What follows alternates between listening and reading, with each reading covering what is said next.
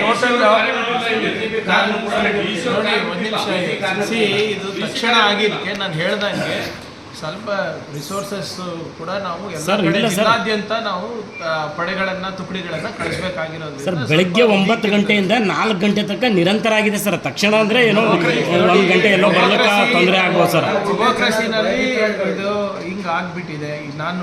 ನಾವು ಮೈ ಮೇಲೆ ಎಣ್ಣೆ ಹಾಕ್ಕೊಂಡು ನಮ್ಮ ಜವಾಬ್ದಾರಿಯಿಂದ ಜಾಗ್ತಾ ಇಲ್ಲ. ಅದನ್ನು ನಾವೇನಿದೆ ನಾವು ತನಿಖೆ ಮಾಡಿಬಿಟ್ಟು ಯಾರು ಇದಕ್ಕೆಲ್ಲ ಕಾರಣರಾಗಿದ್ದಾರೆ, ಏನು ಲಾಸ್ ಆಫ್ ಪಬ್ಲಿಕ್ ಪ್ರಾಪರ್ಟಿ ಕಾರಣರಾಗಿದ್ದಾರೆ, ಅವರಿಗೂ ನಾವು ಇದು ಮಾಡ್ತೀವಿ. ಎಷ್ಟು ಜನರ ವಿರುದ್ಧ ಕಂಪ್ಲೇಂಟ್ ಆಗಿದೆ ಸರ್? ಇದು ಈಗ ಎಲ್ಲ ಇದು CCTVಗಳನ್ನು ವೀಕ್ಷಣೆ ಮಾಡ್ತಾ ಇದ್ದೀವಿ. ಕೆಲವು ದೃಶ್ಯಗಳು ಸಾಮಾಜಿಕ ಜಾಲತಾಣದಲ್ಲೆಲ್ಲ ಹಾಕಿದ್ದಾರೆ, ಅದೆಲ್ಲ ಸಿಕ್ಕಿದೆ. ಕೆಲವು ಮತ್ತು ಅಂಗಡಿ ಮಾಲೀಕರಿಗೆಲ್ಲ ಇವತ್ತು ಸಂಪರ್ಕ ಮಾಡ್ತೀವಿ. ಆದರೆ ನಮ್ಮ ಆದ್ಯತೆ ಏನಿತ್ತು, ಆ ಕಿಡಿಗೇಡಿಗಳು ಯಾರಿದ್ದಾರೆ ಅವರೆಲ್ಲ ಬಂಧಿಸೋದು ನಮ್ಮ ಆದ್ಯತೆ ಇತ್ತು. ಅದು ಆಗಿದೆ. ಅದು ಈಗ 2ನೇ ಹಂತದಲ್ಲಿ ಅದನ್ನು ನಾವು ಮಾಡ್ತೀವಿ. ಯಾರನ್ನು ಫಿಟ್ ಮಾಡಿದ್ದಾರೆ ಅನ್ನೋಂಥ ಚರ್ಚೆ ಕೂಡ ಶುರುವಾಗಿರುವಂಥದ್ದು. ಈಗ ತಮಗೆ ನಾವು ಅದನ್ನೇ ಹೇಳಿದ್ದು, ನಾವು ಸೈಂಟಿಫಿಕ್ ಇನ್ವೆಸ್ಟಿಗೇಷನ್ ಮಾಡಿದ್ದು. ಡಾಗ್ ಸ್ಕ್ವಾಡ್ ಎಲ್ಲ ಸ್ಪಾಟ್ಗೆ ವಿಸಿಟ್ ಮಾಡಿತ್ತು. ಡಾಗ್ ಸ್ಕ್ವಾಡು ನಮಗೆ ಒಳ್ಳೆ ಕ್ಲೂ ಕೊಟ್ಟಿದೆ. ಅದಲ್ಲದೆ ನಮಗೆ ಇನ್ಫಾರ್ಮೇಷನ್ ಇತ್ತು ಮತ್ತು ಕೆಲವು ಇಂಟ್ರೋಗೇಷನ್ಸ್ಗಳನ್ನೂ ಕೂಡ ನಾವು ಮಾಡಿದ್ವು. ಹಾಗಾಗಿ ನಾವು ಅದನ್ನು ಬೇಗ ಈ ಕೇಸನ್ನು ಪತ್ತೆ ಹಚ್ಚೋಕ್ಕೆ ಸಾಧ್ಯ ಆಯಿತು. ಯಾಕಂದರೆ ನಾವು ಸ್ಪೆಷಲಾಗಿ 3 ಟೀಮನ್ನು ಅದಕ್ಕೋಸ್ಕರ 3 ಜನ ಇನ್ಸ್ಪೆಕ್ಟ್ರು guided by ACP and guided by DCP ಮಾಡಿದರು. ಆಲ್ಮೋಸ್ಟ್ ಅವರು ನಿನ್ನೆ ಇನ್ಸಿಡೆಂಟ್ ಆಗ್ತಿದ್ದಂಗೆ ಅದು ಸ್ವಲ್ಪ ಹೊತ್ತು ಅಲ್ಲಿ ಅವ್ರ ಲಿಮಿಟ್ಸ್, ಯೂನಿವರ್ಸಿಟಿ ಲಿಮಿಟ್ಸಲ್ಲಿ ಲ್ಯಾಂಡ್ ಆರ್ಡರ್ ಪ್ರಾಬ್ಲಮ್ ಆ ಕಡೆ ಸೈಡ್ ಕ್ಲಿಯರ್ ಆಗ್ತಿದ್ದಂಗೆ ಅವರು ಕಂಪ್ಲೀಟ್ ನಿನ್ನೆ ಆಲ್ಮೋಸ್ಟ್ ಒಂದು 14 to 18 ಅವರ್ಸು ಅವ್ರು ಕಂಪ್ಲೀಟ್ ಇನ್ವೆಸ್ಟಿಗೇಷನ್ ಇದೆ. ಎಲ್ಲ ಮಾಡಿದ ಮೇಲೆ ನಾನು ಕೂಡ ನಿನ್ನೆ ನೈಟು ಆಲ್ಮೋಸ್ಟ್ ಬಂತಿದ್ದಂಗೆ ಸ್ಪಾಟ್ ವಿಸಿಟ್ ಮಾಡಿ ನಮ್ಮ ಆಫೀಸರ್ಸ್ಗೆಲ್ಲ ಡಿಸ್ಕಷನ್ ಮಾಡಿ ಅವ್ರಿಗೆ ನಾವು ಗೈಡ್ ಮಾಡಿ ಅವ್ರ ಜೊತೆ ಫೀಡ್ಬ್ಯಾಕ್ ತೊಗೊಂಡು we have regularise the accused and on proper evidence. ಈ ಚೀಟಿ ನಾವು ಆರೋಪಿಗಳನ್ನ ನಾವು ಇವಾಗ ನಿನ್ನೆ ನೈಟ್ ಅರೆಸ್ಟ್ ಮಾಡಿ ಇಂಟ್ರೋಗೇಷನ್ ಮಾಡಿದ್ದೀವಿ. ಕೆಲವು ಇಂಟ್ರೋಗೇಷನಲ್ಲಿ ಬಂದಂಥ ಮಾಹಿತಿಗಳನ್ನ ನಾವು ಈಗ ಸದ್ಯಕ್ಕೆ ನಾವು ಮಾಧ್ಯಮದ ಮುಂದಕ್ಕೆ ಹೇಳೋದಕ್ಕೆ ಆಗೋದಿಲ್ಲ. ಕಂಪ್ಲೀಟ್ ಒಂದ್ಸಲ ನಾವು ಚಾರ್ಜ್ ಶೀಟ್ ಮಾಡಿದ ನಂತರ ನಾವು ಅದು ಮಾಹಿತಿಯನ್ನು ನಾವು ಮಾಧ್ಯಮ ಅಲ್ಲ ಪಬ್ಲಿಕ್ ಡಿಸ್ಟರ್ಬೆನ್ಸ್ ಆಗಿರೋದ್ರಿಂದ ರೀಸನ್ ಏನು ಅಂತ ಸರ್? ಈಗ ಯಾಕಂದರೆ ನಿನ್ನೆ ಇಷ್ಟೆಲ್ಲ ವೈಲೆನ್ಸ್ ಆಯಿತು, ಕೆಲವು ಸೈಂಟಿಫಿಕ್ ಇನ್ವೆಸ್ಟಿಗೇಷನ್ ನಾವು ಮಾಡ್ತಾ ಇದ್ವಿ. ಅದಾದ ನಂತರ ನಾವು ಇದು ಮಾಡ್ತೀವಿ. ಒಂದು ಅವರು ಆರೋಪಿಗಳು ಈಗ ಇದು ಪ್ರಿಲಿಮಿನರಿಯಾಗಿ ನಾವು ಏನು ವಿಚಾರಣೆ ಮಾಡಿದಾಗ ಬಂದಂಥ ಮಾಹಿತಿ ಅದನ್ನು ನಾವು ಮತ್ತೆ ಅವ್ರನ್ನ ಪೊಲೀಸ್ ಕಸ್ಟಡಿಗೆ ತೊಗೊಂಡು ಅದನ್ನು ಕ್ಲಾಸಿಫೈ ಮಾಡಿಕೊಂಡು ಎವಿಡೆನ್ಸ್ ಬೇಸ್ಡ್ ಮಾಡಬೇಕಾಗುತ್ತೆ. ಒಟ್ಟಿನಲ್ಲಿ ಏನು ಗಲಾಟೆ ಆಗಬೇಕು ಅನ್ನೋ ಒಂದು ದುಷ್ಕೃತ್ಯ, ಗಲಾಟೆ ಆಗಬೇಕು ಅನ್ನೋ ಒಂದು ದುಷ್ಕೃತ್ಯವನ್ನು ಮನಸ್ಸಲ್ಲಿ ಇಟ್ಕೊಂಡು ಮತ್ತು ಈ ಕೆಲಸ ಮಾಡಿರ್ತಕ್ಕಂಥದ್ದು ನಮಗೆ ತನಿಖೆಯಲ್ಲಿ ಕಂಡು ಬಂದಿದೆ. ಇನ್ನೂ ಫರ್ದರ್ ಇಂಟ್ರೋಗೇಷನ್ ಮಾಡಿದ ಮೇಲೆ ಕಂಪ್ಲೀಟ್ ರೀಸನ್ ಸಿಗುತ್ತೆ. ಒಂದ್ಸಲ ಚಾರ್ಜ್ ಶೀಟ್ ಆದಮೇಲೆ ಈ ಕೇಸಿನ ಬಗ್ಗೆ ಮತ್ತೊಮ್ಮೆ ಹೆಸರುಗಳಿದ್ದು ಚೀಟಿ ಇವ್ರು ಬರೆದಿಟ್ಟಿದ್ದ ಏನು ಆ ಚೀಟಿನಲ್ಲಿ ಏನು ಹೆಸರಿತ್ತು ಆ ಆರೋಪಿಗಳ ಹೆಸರು ಈ ಆರೋಪಿಗಳಿಗೂ ಬೇರೆ ಇದೆ. ಅದನ್ನೇ ಹೇಳಿದ್ದು. ಈಗ ಕಂಪ್ಲೀಟ್ ಕಾನ್ಸ್ಪಿರಸಿ ಇದೆ. ಅದನ್ನು ನಾವು ಇನ್ ಡೀಟೇಲ್ ಆಗಿ ಇನ್ವೆಸ್ಟಿಗೇಷನ್ ಮಾಡಿ ನಾವು ಫ್ರೆಶಲ್ಲಿ ಇದು ಸೈಂಟಿಫಿಕ್ ಎವಿಡೆನ್ಸ್ಗಳು ಕೂಡ ಕಲೆಕ್ಟ್ ಮಾಡ್ಕೋಬೇಕಂತ ಅದೆಲ್ಲ ಕಲೆಕ್ಟ್ ಮಾಡಿದ ಮೇಲೆ ನಾನು ಇನ್ ಡೀಟೇಲ್ ಆಗಿ ನಾನು ಮಾಧ್ಯಮ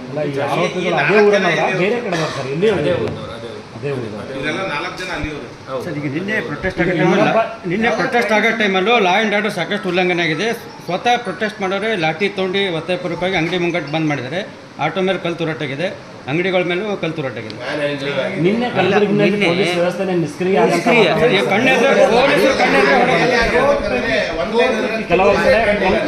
ಎಲ್ಲ ಶಾಲೆಗಳಿಗೆ ಏಕಾಏಕಿ ಮಕ್ಕಳನ್ನ ಕರ್ಕೊಂಡು ಹೋಗ್ಬೇಕಂದ್ರೆ ಪೇರೆಂಟ್ಸ್ಗೆ ಹೇಳ್ಬಿಟ್ರು. ಪೊಲೀಸ್ ನಿಷ್ಕ್ರಿಯ ಅಂತಲ್ಲ, ದಯವಿಟ್ಟು ಅರ್ಥ ಮಾಡ್ಕೋಬೇಕು. 22ನೇ ತಾರೀಕು ಕೂಡ ಏನು ಒಂದು ದೊಡ್ಡ ಪ್ರಮಾಣದಲ್ಲಿ ಇಡೀ ದೇಶದಲ್ಲಿ ಒಂದು ಸಂಭ್ರಮಾಚರಣೆ ನಡೀಬೇಕಂತ ನಮ್ಮ ಜಿಲ್ಲೆಯಲ್ಲಿ ಊರುಗಳಲ್ಲೂ ಕೂಡ ಬಂದೋಬಸ್ತ್ ವ್ಯವಸ್ಥೆ ಮಾಡಬೇಕಾಗಿದೆ. ಇದು ಆದಮೇಲೆ ಆಗಿರೋದಲ್ಲ, ಒಂದಿನ ಆದಮೇಲೆ ಆಮೇಲೆ SP ಅವರು ಮತ್ತು ಕಮಿಷನರ್ ಅವರು ಕೂಡ DG ಕಾನ್ಫರೆನ್ಸಿಗೆ ಅನಿವಾರ್ಯವಾಗಿ ಹೋಗಬೇಕಾಗಿತ್ತು. ಅದು ಇದು ಆಗಿಲ್ಲ ಅಂತ ಏನು ಪೊಲೀಸ್ ವ್ಯವಸ್ಥೆ ಬಂದೋಬಸ್ತ್ ಇರಲಿಲ್ಲ, ಇದು ಹೀಗೆ ಆಗುತ್ತೆ ಅಂತ ಯಾರಿಗೂ ಕಲ್ಪನೆ ಇರಲಿಲ್ಲ. ಸೊ ಏನು ಇದು ಡ್ಯಾಮೇಜ್ ಕಂಟ್ರೋಲ್ ಮಾಡಲಿಕ್ಕೆ ಪ್ರಯತ್ನ ಮಾಡಿದ್ವಿ. ಆದರೆ ಒಂದೇನಾಯಿತು ಅಂದರೆ ಈಗ ಇಲ್ಲಿ ಲೋಕಲ್ ಲೀಡರ್ಸ್ ಏನಿದ್ದಾರೆ ಸಾಕಷ್ಟು ಸಹಕಾರ ಮಾಡಿ ಕಂಟ್ರೋಲ್ ಮಾಡಲಿಕ್ಕೆ ಒಂದು ಪ್ರಾಮಾಣಿಕ ಪ್ರಯತ್ನ ಮಾಡಿದ್ದಾರೆ. ಆದರೆ ಹೊರಗಡೆಯಿಂದನೂ ಕೂಡ ಸ್ವಲ್ಪ ಏನು ಅಭಿಮಾನದಿಂದ ಇರ್ಬೋದು ಅಥವಾ ಸ್ವಲ್ಪ ಸಿಟ್ಟಿನಿಂದ ಇರ್ಬೋದು ಬಂದು ಇಲ್ಲಿ ಕೂಡ ದಾಂಧಲೆ ನಡೆಸಿದ್ದಾರೆ. ಅವ್ರು ಯಾರ ಮಾತು ಕೇಳೋದಿಲ್ಲ. ಎಲ್ಲ ನಾನು ವಿಡಿಯೋ ಇದೆಲ್ಲ ಪರಿಶೀಲನೆ ಮಾಡಿದೆ. ಕಮಿಷನರ್ ಅವರು ಕೂಡ ತೋರಿಸಿದ್ರು ಕೆಲವು ದೃಶ್ಯಗಳು. ಎಲ್ಲ ಮೋಸ್ಟ್ಲಿ ಸಿಟಿ ಹೊರಗಡೆಯಿಂದ ಬಂದಿರುವಂಥ ಯುವಕರಿದ್ದಾರೆ, ವಿದ್ಯಾರ್ಥಿಗಳಿದ್ದಾರೆ. ಯಾವುದೋ ಒಂದು ಸಿಟಿನಲ್ಲಿ ಬಂದಿರ್ಬೋದು, ಯಾರೋ ವಾಟ್ಸಪ್ ಗ್ರೂಪ್ನಲ್ಲಿ ಏನೇನೋ ಹಾಕಿರ್ಬೋದು, ಅದಕ್ಕೆ ಬಂದು ಇಲ್ಲಿ ಮಾಡಿದ್ದಾರೆ. ಬಟ್ ಅವ್ರ ಮೇಲೂ ಕೂಡ ನಾವು ಯಾರು ಇವತ್ತು ಪಬ್ಲಿಕ್ ಪ್ರಾಪರ್ಟಿಯನ್ನು ಹಾನಿ ಮಾಡಿದರೆ ಅವ್ರ ಮೇಲೂ ಕೂಡ ನಾವು ಆ್ಯಕ್ಷನ್ ತೊಗೋತೀವಿ. ಇದು ನೀವು ಇಮೋಷ್ನಲ್ ಇಶ್ಯೂ ಅಂತ ಯಾವುದೂ ಬಿಡ್ಲಿಕ್ಕೆ ಹೋಗಲ್ಲ. ಈಗ ಯಾರ್ಯಾರು ಈಗ ಮಾಡಿದ್ದಾರೆ, ಯಾರ್ಯಾರು ಕಾನೂನನ್ನು ಕೈಗೆ ತೊಗೋತಾರೆ ಅವರು ಬಾಬಾ ಸಾಹೇಬ್ ಅಂಬೇಡ್ಕರ್ ಅವರ ಅನ್ವಯಿ ಅಂತ ಹೇಳೋಕ್ಕಾಗೋದಿಲ್ಲ. ಯಾವ ಸಂವಿಧಾನವನ್ನು ನಂಬ್ಕೊಂಡು ನಾವೆಲ್ಲರೂ ಇದ್ದೀವಿ, ಆ ಸಂವಿಧಾನವನ್ನು ಉಲ್ಲಂಘನೆ ಮಾಡಿಬಿಟ್ಟು ಬಾಬಾ ಸಾಹೇಬ್ ಹೆಸರು ಹೇಳ್ಕೊಂಡು ನೀವು ಪಬ್ಲಿಕ್ ಪ್ರಾಪರ್ಟಿ ಡಿಸ್ಟ್ರಾಯ್ ಮಾಡೋದಿರ್ಬೋದು, ಅಥವಾ ಪಬ್ಲಿಕ್ ಪ್ರಾಪರ್ಟಿ ಏನೋ ತಮ್ಮ ಸ್ವಂತ ಅಂತ ತಿಳ್ಕೊಂಡು ಮಾಡೋದು ಅದು ತಪ್ಪಾಗ್ತದೆ. ಸೊ ಅದರಿಂದ ಅದು ಅವ್ರ ಮೇಲೂ ಕೂಡ ಆ್ಯಕ್ಷನ್ ತೊಗೋತೀವಿ. ಇವಾಗಲೇ ಅದನ್ನು ಕೂಡ ನಾನು ತನಿಖೆ ನಡೆಸಲಿಕ್ಕೆ ಹೇಳಿದ್ದೀನಿ. FIR ಆಗಿದೆ ಸರ್ ಈ ಬಗ್ಗೆ. ಯಾರೇ ಇರ್ಬೋದು, ಕಾನೂನನ್ನು ಅವ್ರ ಕೈನಲ್ಲಿ ತಗೊಳ್ಳೋ ಹಕ್ಕು ಸಂವಿಧಾನ ಅವ್ರಿಗೆ ಕೊಟ್ಟಿಲ್ಲ. ಈಗ ಇನ್ಸಿಡೆಂಟ್ ಆಗಿ ಸರ್ ಈ ಇನ್ಸಿಡೆಂಟ್ ನೋಡಿ ಇಲ್ಲ ಈಗ ಘಟನೆ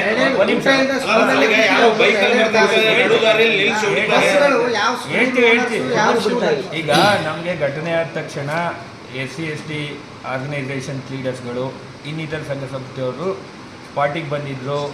ನಾವು ಅವ್ರ ಜೊತೆ ಫೋನಲ್ಲಿ ಟಚಲ್ಲಿದ್ದು ಅವರೆಲ್ಲ ಲೀಡರ್ಸ್ಗಳು ಎಲ್ಲ ಸಹಕಾರನೂ ಕೊಟ್ಟರು ನಮಗೆ. ಅವ್ರು ಯಾವುದೇ ರೀತಿ ಪ್ರೊಟೆಸ್ಟಿಗೆ ಕರೆ ಕೊಡೋದಾಗಲಿ ಆ ಥರದ್ದು ಏನೋ ಮಾಡಿದ್ರೆ ಅವ್ರು ಶಾಂತಿಯುತವಾಗಿ ಪ್ರತಿಮೆ ಹತ್ರ ಮಾಡಿದ್ರು. ಆಮೇಲೂ ಕೂಡ ಅವ್ರುಗಳು ಕೂಡ ಸಾಕಷ್ಟು ಕಡೆ ಗಲಾಟೆ ಆಗೋ ಸಂದರ್ಭದಲ್ಲಿ ಅವ್ರುಗಳು ಕೂಡ ಹೋಗಿ ಹೇಳಿದ್ದಾರೆ, ವಾಯ್ಸ್ ರೆಕಾರ್ಡ್ ಮಾಡಿ ಕಳಿಸಿದ್ರು, ವಿಡಿಯೋ ರೆಕಾರ್ಡ್ ಮಾಡಿ ಕಳಿಸಿದ್ರು. ಬಟ್ ಕೆಲವರು ಈ ಸಿಚುವೇಶನ್ನ ಇದನ್ನು ತೊಗೊಂಡು ಅಡ್ವಾಂಟೇಜಾಗಿ ತೊಗೊಂಡು ಈ ರೀತಿ ಮಾಡಿದರೆ ಸಾಹೇಬ್ರು ಆಲ್ರೆಡಿ ಇನ್ಸ್ಟ್ರಕ್ಷನ್ಸ್ ಕೊಟ್ಟಿದ್ದಾರೆ. ಅದೇನು ಮಾಡಬೇಕು ನಾವು ಈಗ ಬಾಬಾ ಸಾಹೇಬ್ ಅಂಬೇಡ್ಕರ್ ಅವರ ಪುತ್ಲಿ ಇರ್ಬೋದು ಅಥವಾ ಬಸವಣ್ಣ ಅವರ ಪುತ್ಲಿ ಇರ್ಬೋದು ಮಾಡ್ತಾರೆ. ಅಂದರೆ ಮನುವಾದಿಗಳೇ ಇರ್ತಾರೆ. ಮನುವಾದಿಗಳು ಯಾವ ಪಕ್ಷ ಇದ್ರೆ ಏನಿಲ್ಲ, ಮನುವಾದಿಗಳು ಮನುವಾದ ಅಂತ ಅಷ್ಟೇ. ಈಗ ಸರ್ ಅಲ್ಲಿ ಏನಾದರೂ ಯಾರನ್ನೋ ಫಿಟ್ ಮಾಡಿದ್ದಾರೆ ಅನ್ನೋಂಥ ಚರ್ಚೆ ಕೂಡ ಶುರುವಾಗಿರುವಂಥದ್ದು. ಈಗ ತಮಗೆ ನಾವು ಅದನ್ನೇ ಹೇಳಿದ್ದು, ನಾವು ಸೈಂಟಿಫಿಕ್ ಇನ್ವೆಸ್ಟಿಗೇಷನ್ ಮಾಡಿದ್ದು. ಡಾಗ್ ಸ್ಕ್ವಾಡ್ ಎಲ್ಲ ಸ್ಪಾಟ್ಗೆ ವಿಸಿಟ್ ಮಾಡಿತ್ತು. ಡಾಗ್ ಸ್ಕ್ವಾಡು ನಮಗೆ ಒಳ್ಳೆ ಕ್ಲೂ ಕೊಟ್ಟಿದೆ. ಅದಲ್ಲದೆ ನಮಗೆ ಇನ್ಫಾರ್ಮೇಷನ್ ಇತ್ತು ಮತ್ತು ಕೆಲವು ಇಂಟ್ರೋಗೇಷನ್ಸ್ಗಳನ್ನೂ ಕೂಡ ನಾವು ಮಾಡಿದ್ವು. ಹಾಗಾಗಿ ನಾವು ಅದನ್ನು ಬೇಗ ಈ ಕೇಸನ್ನು ಪತ್ತೆ ಹಚ್ಚೋಕ್ಕೆ ಸಾಧ್ಯ ಆಯಿತು. ಯಾಕಂದರೆ ನಾವು ಸ್ಪೆಷಲಾಗಿ 3 ಟೀಮನ್ನು ಅದಕ್ಕೋಸ್ಕರ 3 ಜನ ಇನ್ಸ್ಪೆಕ್ಟ್ರು guided by ACP and guided by DCP ಮಾಡಿದರು. ಆಲ್ಮೋಸ್ಟ್ ಅವರು ನಿನ್ನೆ ಇನ್ಸಿಡೆಂಟ್ ಆಗ್ತಿದ್ದಂಗೆ ಅದು ಸ್ವಲ್ಪ ಹೊತ್ತು ಅಲ್ಲಿ ಅವ್ರ ಲಿಮಿಟ್ಸ್, ಯೂನಿವರ್ಸಿಟಿ ಲಿಮಿಟ್ಸಲ್ಲಿ ಲ್ಯಾಂಡ್ ಆರ್ಡರ್ ಪ್ರಾಬ್ಲಮ್ ಆ ಕಡೆ ಸೈಡ್ ಕ್ಲಿಯರ್ ಆಗ್ತಿದ್ದಂಗೆ ಅವರು ಕಂಪ್ಲೀಟ್ ನಿನ್ನೆ ಆಲ್ಮೋಸ್ಟ್ ಒಂದು 14 to 18 hours ಅವ್ರು ಕಂಪ್ಲೀಟ್ ಇನ್ವೆಸ್ಟಿಗೇಷನ್ ಇದೆ. ಎಲ್ಲ ಮಾಡಿದ ಮೇಲೆ ನಾನು ಕೂಡ ನಿನ್ನೆ ನೈಟ್ ಆಲ್ಮೋಸ್ಟ್ ಬಂತಿದ್ದಂಗೆ ಸ್ಪಾಟ್ ವಿಸಿಟ್ ಮಾಡಿ ನಮ್ಮ ಆಫೀಸರ್ಸ್ಗೆಲ್ಲ ಡಿಸ್ಕಷನ್ ಮಾಡಿ ಅವ್ರಿಗೆ ನಾವು ಗೈಡ್ ಮಾಡಿ ಅವ್ರ ಜೊತೆ ಫೀಡ್ಬ್ಯಾಕ್ ತೊಗೊಂಡು we have regularise the accused and on proper evidence. ಈ ಚೀಟಿ ಬರೀ ನಮ್ಮಲ್ಲಿ ನೀರಿನ ಕ್ಯಾನ್ ತೊಗೊಂಡು ಬರ್ತಿತ್ತು ಸರ್. ಆ ಕ್ಯಾನ್ಗಳನ್ನು ಬಿಸಾಕಂತಾರೆ. ಅಂದರೆ ಸಣ್ಣ ಸಣ್ಣ ಇನ್ಸಿಡೆಂಟ್ಗಳು ಸರ್. ಎಲ್ಲೋ ಒಂದು ಹೇಳಿಬಿಟ್ಟು ನಾನು ಹೇಳ್ದಂಗೆ ಇಂಥ ಸನ್ನಿವೇಶಗಳಲ್ಲಿ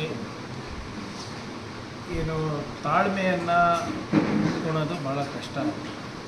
people are emotionally charge, number 1. Number 2, ಭಾಳಷ್ಟು ಜನ ಪ್ರಚೋದನಕಾರಿಯಾಗೂ ಮಾತಾಡಿಬಿಟ್ಟು ಬೇರೆಯವರಿಗೂ ಚಾರ್ಜ್ ಮಾಡ್ತಾರೆ. ಆವಾಗ ಕೆಲವು ಸಂದರ್ಭದಲ್ಲಿ ಇವ್ರು ಏನೇನು ಮಾಡ್ತಾರೆ, ಯಾರೇ ಇರ್ಬೋದು, ಯಾವುದೇ ಸಮಾಜದವ್ರು ಇರ್ಬೋದು, ಯಾರೂ ಕೂಡ ಕಾನೂನನ್ನು ಕೈಗೆ ತೊಗೋಬಾರ್ದು. ಅದು ಆ್ಯಸ್ ಸಿಂಪಲ್ ಆ್ಯಸ್ ದಟ್. ಈಗ ಯಾರ್ಯಾರು ಮಾಡಿದ್ದಾರೆ, ಅದು ಸಣ್ಣದಿರ್ಬೋದು ದೊಡ್ಡದಿರ್ಬೋದು, ವಾಟರ್ ಕ್ಯಾನ್ ಬಿಸಾಕೋದಿರ್ಬೋದು, ಹೋಗ್ಬಿಟ್ಟು ಗಾಜು ಹೊಳೆಯೋದಿರ್ಬೋದು, ಹೋಗಿ ಅಂಗಡಿಗಳನ್ನು ಮುಚ್ಚಿಸೋದಿರ್ಬೋದು, ಇವೆಲ್ಲನೂ ಕೂಡ ನಾವು ಸಹಿಸೋದಿಲ್ಲ. It is not correct. ಆಮೇಲೆ ಎಸ್ಪೆಷಲಿ ಬಾಬಾ ಸಾಹೇಬ್ ಅಂಬೇಡ್ಕರ್ ಅವ್ರ ಹೆಸರು ಮೇಲೆ, ಬಸವಣ್ಣನವರ ಹೆಸರು ಮೇಲೆ ನೀವು ಅವ್ರ ತತ್ವ ಸಿದ್ಧಾಂತವನ್ನು ಅರ್ಥನೇ ಮಾಡ್ಕೊಂಡಿಲ್ಲ ಅಂತ ಅರ್ಥ. ಯಾರೇ ಇರ್ಬೋದು, ನಾನೇ ಇರ್ಬೋದು, ಮಾಡಿ ಪ್ರತಿಭಟನೆ ಮಾಡೋಣ, ಸತ್ಯಾಗ್ರಹ ಕೂಡೋಣ, ಪೊಲೀಸಿಗೆ ಆಗ್ರಹ ಮಾಡೋಣ, ಧರಣಿ ಮಾಡೋಣ, ಎಲ್ಲನೂ ಮಾಡೋಣ. ಕಾನೂನು ಚೌಕಟ್ಟಿನಲ್ಲಿ ಮಾಡಿದ್ರೆ ಅವಾಗ ಏನಿರ್ತದೆ, ಬೇರೆಯವರಿಗೂ ಅನಾನುಕೂಲ ಆಗೋದಿಲ್ಲ. But whatever it is, we are evaluating. Diversion ಮಾಡಿ ಒಂದು ರೀತಿಯಿಂದ ಮಾಡ್ತಕ್ಕಂಥ ಒಂದು ಪೋಲರೈಸೇಷನ್ ಪಾಲಿಟಿಕ್ಸ್ ಮಾಡ್ತಕ್ಕಂಥ ಒಂದು ಪ್ರಯತ್ನ ಮಾಡ್ತಾ ಇದ್ದಾರೆ. ಸೊ ಭಾರತ್ ಜೋಡೋ ಯಾತ್ರಾ ಕಾಶ್ಮೀರಿಂದ ಕನ್ಯಾಕುಮಾರಿ ತನಕ ಏನಾಗಿತ್ತು ಅದು ಯಶಸ್ಸನ್ನು ನೋಡಿ ಏನಾದರೂ ಮಾಡಿ ತಡೆ ಹಿಡಿಬೇಕು, ತೊಂದರೆ ಮಾಡಬೇಕು ಅಂತ ಮಾಡ್ತಾ ಇದ್ದಾರೆ. ಇವಾಗ ಗುಡಿ ಹೋಗ್ಬೇಕಂದ್ರೂ ಇವತ್ತು ಕೇಂದ್ರ ಸರ್ಕಾರ ಕಡೆಯಿಂದ ಪರ್ಮಿಷನ್ ತೊಗೊಳ್ಬೇಕಂದ್ರೆ ಎಷ್ಟು ಮಟ್ಟಕ್ಕೆ ಸರಿ ಅಂತ ಇವತ್ತು ಪ್ರತಿಯೊಬ್ಬರು ಇಡೀ ನಮ್ಮ ಭಾರತ ದೇಶವಾಸಿಯವರು ವಿಚಾರ ಮಾಡ್ತಕ್ಕಂಥ ಪ್ರಸಂಗ ಬಂದಿದೆ. ಸರಿ, ಮೈಸೂರು ಸೆಂಟ್ರಲ್ ಹಗರಣದಲ್ಲಿ ನೀವು ಫೋಟೋ ಬಿಡುಗಡೆ ಮಾಡಿರೋದಕ್ಕೂ ಮತ್ತು ತನಿಖೆ ನಡೀತಾ ಇದೆ ಅಲ್ಲ ಸರ್? ಫೋಟೋ ಟ್ಯಾಲಿ ಆಗ್ತಾ ಇಲ್ಲ ಅಂತ ಒಂದು ಆರೋಪ ಮಾಡಿದ್ರು. ಅವ್ರು ಹೇಳ್ತಾರೆ, ಅವರೇ ಹೇಳಿದಲ್ಲ ನಾನು ಹಲ್ಲೆ ಮಾಡಿಸಿರೋದಂತ, ಆಕ್ಸಿಡೆಂಟ್ ಆಗಿದೆ ಅಂತ, ಆಕ್ಸಿಡೆಂಟ್ನ ಹಲ್ಲೆ ಆಗಿದೆ ಅಂತ ಅವರೇ ಹೇಳ್ತಾನೆ ಹೇಳಿದ್ದು. ಪ್ರೂವ್ ಆಗಿಲ್ವಾ ಈಗ? ಅಲ್ಲ, FIR ನಲ್ಲಿ ಬೇರೆ ಹೆಸರಿದೆ ಸರ್, ಅದು ನೀವು ಯಾಕೆ ಚಿಂತೆ ಮಾಡ್ತೀರಿ? ಆಗ್ತದೆ, ಯಾಕೆ ಇದು ಮಾಡ್ತೀರಿ? ಅಲ್ಲ, ಇದು ತೀರಾ ವೈಯಕ್ತಿಕ ಹೋಗಲಿಲ್ಲ.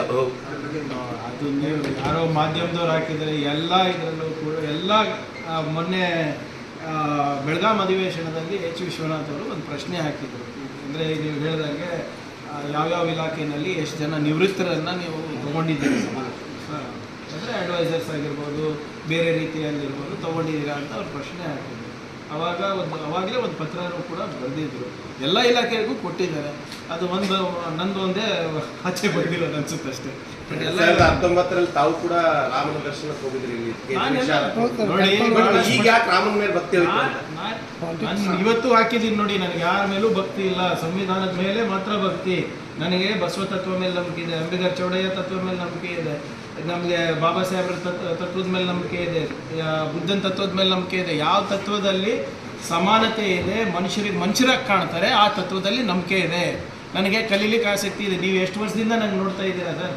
ನೀವು ಹೇಳ್ರಿ, ಬರ್ರಿ ಪ್ರಿಯಾಂಕ ದರ್ಗಾ ಕರ್ಕೊಂಡು ಹೋಗ್ತೀನಿ, ಬರ್ತೀನಿ. ಕಲಿಯೋಕ್ಕೆ ಆಸಕ್ತಿ ಇದೆ, ಬರ್ರಿ ಗುರುದ್ವಾರಾಗ ಹೋಗೋಣ, ಬರ್ತೀನಿ. ಈಗ ನಮ್ಮ ಇದ್ರೆ ಕರ್ಕೊಂಡು ಹೋಗ್ತೀರಂದ್ರೆ ಬರ್ತೀನಿ ನಾನು. ನಿನ್ನೆ ಅದೇ ಕೇಳಿದ್ರು ನನಗೆ, ಅದನ್ನ ತಿರ್ಚ್ಬಿಟ್ಟು ಹೇಳಿದ್ದಾರೆ ಅಷ್ಟೇ. ನೀವು ಬೇಗ ಫುಲ್ ನೋಡಿ, ನೀವು ಬರ್ರಿ ಪ್ರಿಯಾಂಕ ಮಾಡಿಸ್ತೀನಿ, ಬರಪ್ಪ, ಹೋಗಿ ನೋಡ್ಕೊಂಡು ಬರೋಣ, ಬರ್ತೀನಿ. ಅದಕ್ಕೇನದ ಅಂತ? ಆ ತತ್ವದಲ್ಲಿ ಸಮಾನತೆ ಇಲ್ಲ ಅಂದರೆ ನಾನು ಒಪ್ಪಲ್ಲ ತತ್ವವನ್ನು. ಈಗ ನೀವು ನನ್ನ ತತ್ವವನ್ನು ನಿಮ್ಮ ಮೇಲೆ ನಾನು ಒತ್ತಾಯಪೂರ್ವಕವಾಗಿ ನಾನು ಹಾಕ್ಬೋದಾ? ರಾಮಾಯಣ ಈಗ ರಾಜಣ್ಣ ಅವರು ರಾಮಾಯಣ ಭೇದ ಭಾವ ಮಾಡಿರಲ್ಲ ಆ ಟೈಮಲ್ಲಿ. ನೋಡಿ, ಸರಿಯಾಗಿ ಓದಿ ಸರ್. ಸರ್, ಈಗ ರಾಜಣ್ಣ ನೀವು ಇವರೆಲ್ಲ ಇಷ್ಟೆಲ್ಲ ಹೇಳ್ತಾ ಇದಾರಲ್ಲ, ಬಾಬಾ ಸಾಹೇಬ್ ಅಂಬೇಡ್ಕರ್ ಅವರು ಒಂದು ಬುಕ್ ಬರೆದಿದ್ದಾರೆ, ರಿಡಲ್ಸ್ ಇನ್ ಹಿಂದೂಯಿಸಮ್ ಅಂತ. ಅದು ಓದ್ಬಿಡ್ಲಿ BJP ಅವರು, ಅದಾದ್ಮೇಲೆ ಅಲ್ಲ, ಈಗ ರಾಜಣ್ಣ ಅವರು ದಲಿತರನ್ನ ರಾಮ ಮಂದಿರಕ್ಕೆ ಕರ್ಕೊಂಡು ಹೋಗ್ತೀವಿ ಅಂತ ಹೇಳಿ, ಅಂದ್ರೆ ಬಿಜೆಪಿಯ ರಾಮ ಮಂದಿರ ಅಸ್ತ್ರಕ್ಕೆ ಕಾಂಗ್ರೆಸ್ ದಲಿತಾಸ್ತ್ರ ಪ್ರಯೋಗ ಮಾಡ್ತಾ ಇದೆ ಅಂತ. ಏನಂತ? ದಲಿತರನ್ನ ರಾಮ ಮಂದಿರಗೆ ಟ್ರೈನ್ ಬುಕ್ ಮಾಡಿ ಕರ್ಕೊಂಡು ಹೋಗ್ತೀವಿ ಅಂತ ಹೇಳಿ. ಅದು ನನಗೆ ಗೊತ್ತಿಲ್ಲ. ಯಾರನ್ನ ಹೋಗ್ಲಿ, ಇವರೇ ನಂಬಿಕೆ ಇದ್ರೆ ಹೋಗ್ಲಿ. ನಿಮ್ಮ ನಂಬಿಕೆ, ಈಗ ನಮ್ಗೆ ಬಸವೇಶ್ವರ ಗುಡಿಗೆ ಹೋಗಲ್ಲ, ನಾನು ದರ್ಗಾಗೆ ಹೋಗಲ್ಲ. ನಾವು ನಂಬಿಕೆ ಇದ್ರೆ ಹೋಗ್ತೀವಿ. ದಾಸೋಹ ಮಾಡಿದ್ದಾರೆ, ಒಳ್ಳೇದು ಮಾಡಿದ್ದಾರೆ. ಅಲ್ಲಿ ಮೇಲಿನವರು ಕೆಳಗಿನವರು ನೋಡಲ್ಲ ದಾಸೋಹ ಮಾಡಬೇಕಾದ್ರೆ. ಆ ತತ್ವವನ್ನು ನಂಬ್ತೀವಪ್ಪ. ನೀವು ಅಲ್ಲಿ ಹೋದ್ಮೇಲೆ ನಿಮಗೆ ಇಲ್ಲ, ನೀವು ಇಲ್ಲಿ ಎಂಟ್ರಿ ಮಾಡಬೇಡಿ, ಅಲ್ಲೇ ಎಂಟ್ರಿ ಅಂದ್ರೆ ನಾವು ಯಾಕೆ ಹೋಗ್ಬೇಕು? ಅಲ್ಲ, ಅಂದ್ರೆ ಅವರು ಬಿಜೆಪಿಯ ಹೋಗ್ಲಿ sir. Ultimately it is constitution, simple. And our constitution is based on Basava philosophy. Family ಕೂಡ ಹೋಗಿ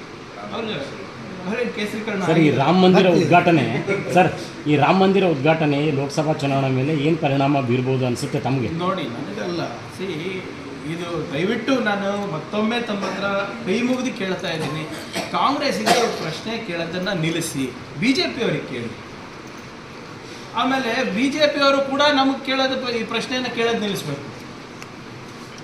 ಅವರು ಉತ್ತರ ಕೊಡಬೇಕಾಗಿರೋದು 4 ಶಂಕರಾಚಾರ್ಯರು ಯಾರು ಹೇಳಿದಾರಲ್ಲ, ಪ್ರಶ್ನೆ ಕೇಳಿದಾರೆ, ಸರಳ ಪ್ರಶ್ನೆ ಕೇಳಿದಾರಲ್ಲ, ಅವ್ರಿಗೆ ಉತ್ತರ ಕೊಡಬೇಕು. ಯಾಕೆ ನೀವು ಕೇಳ್ತಾ ಇದ್ರಲ್ಲ, ಇದು ಯಾಕೆ ಇವಾಗ ಉದ್ಘಾಟನೆ ಮಾಡಿದ್ರಂತ? ರಾಮನವಮಿ ಸಂದರ್ಭದಲ್ಲಿ ಮಾಡ್ಬೋದಾಗಿತ್ತು ಅಂತ ಹೇಳಿದ ಕಾಂಗ್ರೆಸ್ನವರ ಶಂಕರಾಚಾರ್ಯರು ತಾನೆ. ಜನವರಿ 22ನೇ ತಾರೀಕೆ ಯಾಕೆ ಮಾಡ್ತಾ ಇದ್ದೀರಾ ಅಂತ ಕೇಳಿದ್ಯಾರು? ಕಾಂಗ್ರೆಸ್ನವರ ಶಂಕರಾಚಾರ್ಯರಲ್ವಾ? ಅಪೂರ್ಣ ಮಂದಿರ ಆಗಿದೆ ಅಂತ ಹೇಳ್ತಾ ಇರೋದು ಯಾರು? ಕಾಂಗ್ರೆಸ್ನವರ ಶಂಕರಾಚಾರ್ಯರಲ್ಲ. ಅಪೂರ್ಣ ಮಂದಿರದಲ್ಲಿ ಪ್ರಾಣ ಪ್ರತಿಷ್ಠೆ ಮಾಡೋದು ಎಷ್ಟು ಸೂಕ್ತ ಅಂತ ಕೇಳ್ತಾ ಇರೋದು ಯಾರು? ಕಾಂಗ್ರೆಸ್ನವರ. ಸರಳವಾದಂಥ ಪ್ರಶ್ನೆ. ರಾಮ ಜನ್ಮಭೂಮಿಗೆ ಮೋದಿಯವರ ಯೋಗದಾನ ಏನಿದೆ ಅಂತ ಕೇಳಿರೋರು ಯಾರು? ಕಾಂಗ್ರೆಸ್ನವರ ಶಂಕರಾಚಾರ್ಯ. ಆಯ್ತು, ಪ್ರಶ್ನೆ ಕೇಳ್ತಾ ಇರೋದು ಸಮಾಜದ ಹಿರಿಯರು, ಮುಖಂಡರು. ಉತ್ತರ ಕೊಡಬೇಕಾಗಿರೋದು ಕಾಂಗ್ರೆಸ್ ಅಂದ್ರೆ ಕೇಳ್ತಾ ಇರೋದು BJP ಅವರಿಗೆ. ಇದೆಲ್ಲ ಪ್ರಿಯಾಂಕಾ ಒಳ್ಳೇದೇನಾದ್ರೂ ಆದ್ರೆ ಮೋದಿ ಹೆಸರು, ಕೆಟ್ಟದೇನಾದ್ರೂ ಆದ್ರೆ ಸಿದ್ದರಾಮಯ್ಯ ಹೆಸರು, ಪ್ರಿಯಾಂಕರ್ಗೆ ಹೆಸರು. No way consult sir I am the district in charge minister maintaining law ಕೈ ಹಾಕ್ಬಿಡಿ ಸ್ವಲ್ಪ ಹಿಂದೆ ಸರ್ ಜಿಲ್ಲೆ ಒಳಗ ಪದೇ ಪದೇ ಇಂಥ ಘಟನೆಗಳಾಗ್ತಿದಾವೆ ಯಾಕೆ ಸರ್ ಲ್ಯಾಂಡ್ ಆರ್ಡರ್ ಕಂಟ್ರೋಲ್ ಮಾಡಕ್ ಆಗ್ತಾ ಇಲ್ವಾ ಸರ್ ಇಲ್ಲಿ ನೋಡಿ ಹಾಗೇನೋ ಅಂತ ಇದು ಮೊದಲನೇ ಬಾರಿ ಹಿಂಗೆ ಆಗ್ತಾ ಎಲ್ಲ ಸರ್ ಇಲ್ಲೇ ಬಸವಣ್ಣನ ಮೂರ್ತಿಗಳು ಈಗ ಯಾರು ಮಾಡ್ತಾ ಇದ್ದಾರೆ ಈಗ ನೋಡಿ ಬಸವಣ್ಣ ಮೂರ್ತಿ ಎಲ್ಲಾನು ಲಿಂಕ್ ಎಲ್ಲದಕ್ಕೂ ಮಾಡಬೇಡಿ. ಈಗ ಎಕ್ಸಾಂಪಲ್ ಬಸವ ಮೂರ್ತಿಗೆ ಆಗಿರೋದು ಯಾರೋ ಅದು ಒಂದು 2 ಸರಿ ಆಗಿರೋದು ಚಿತ್ತಾಪುರಲ್ಲಿ ಮುದ್ಗಾನಲ್ಲಿ ಅವನೇನೋ ಯಾವಾಗಲೂ ಕಳುವು ಮಾಡೋನೇ ಇದ್ದ, ಅಂದ್ರೆ ನಿಧಿ ಹುಡುಕವನು ಯಾರೋ ಇದ್ದ. ಅದಕ್ಕೆ ಮತ್ತೆ ಇದಕ್ಕೆ ಹೆಂಗೆ ಕಂಪೇರ್ ವಾಡಿ ಕೇಸ್ ಸರ್ ವಾಡಿಯಲ್ಲಿ ಒಂದು ಕೇಸ್ ಆಗಿದೆ ಅವತ್ತು ರಾಮ ಮಂದಿರ ಉದ್ಘಾಟನೆ. ಅದೇ ಕೆಲವು ಜನ ಇರ್ತಾರೆ, ನಾನು ಹೇಳಿಲ್ವಾ. ಆಮೇಲೆ ಇವ್ರಿಗೆ ಪ್ರಚೋದನೆ ಕೊಡೋರು ಯಾರು? ಎಲ್ಲ ಬಿಟ್ಟು ವಾಡಿಗೆ ಯಾಕೆ ಹೋಗ್ತಾರೆ ಕೆಲವು ಜನಪ್ರತಿನಿಧಿಗಳು? 9 ತಾಲೂಕಿದೆ ಪಾರ್ಲಿಮೆಂಟ್ನಲ್ಲಿ, ಎಲ್ಲ ಬಿಟ್ಟು ವಾಡಿಗೆ ಹೋಗ್ತಾರಲ್ಲ ಎಲ್ಲರೂ. ಮತ್ತೆ ಇದು ಅಲ್ಲ ಯಾಕೆ ಸರ್ ಯಾಕೆ ಸರ್ ನೀವೇ ಹೇಳಿ. ಬಹಳ ಪ್ರೀತಿ ಇದೆ ಅಂತ ಅಲ್ಲಿ ಹೋಗಿ ಒಂದ್ ನಿಮಿಷ ಸರ್, ಅವತ್ತು ಒಳ್ಳೆ ದಿನ ಅಲ್ವಾ? ಹಾಂ ಸರ್.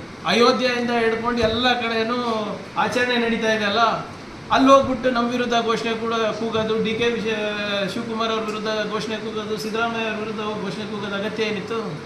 ಯಾರಿಗೋಸ್ಕರ ಪ್ರಚೋದನೆ ಮಾಡ್ತಾ ಇದ್ರು? ಎಲ್ಲೂ ಏನೂ ನಡೆದಿಲ್ಲ, ಎಲ್ಲೂ ಪ್ರಾಬ್ಲಮ್ ಇಲ್ಲ, ಯಾಕೆ ವಾಡಿನಲ್ಲೇ ಹೋಗಿ ಮಾಡ್ತಾರೆ ಇವರೆಲ್ಲ? ನನ್ನ ಮೇಲೆ ಎಷ್ಟು ಪ್ರೀತಿ ಇದೆ ಅಂತ ತೋರಿಸುತ್ತೆ ಅಷ್ಟೇ. ಮತ್ತೆ 4-5 ಜನ ಯಾರು ಮಾಡಿದ್ದಾರೆ, ಕಾರಣಭೂತರು ಯಾರು ಇದ್ದಾರೆ ಅವ್ರು ಬಂಧಿಸಿದ್ದೀವಿ.